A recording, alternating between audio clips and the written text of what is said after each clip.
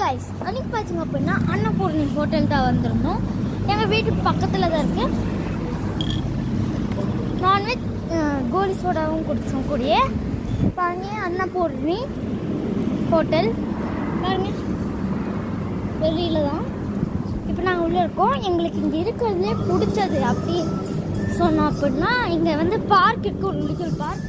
அங்கே பாருங்கள், இங்கே எங்களுக்கு வந்து பிடிச்சது அப்படின்னா இது எனக்கு தெரியுது பார்த்தீங்கன்னா, ஒரு ஜம்பிங். இந்த ஜம்பிங் தான் கைஸ் எங்களுக்கு ரொம்ப பிடிச்சது. வாங்க ஜம்ப் பண்ணி காமிக்கிறேன்.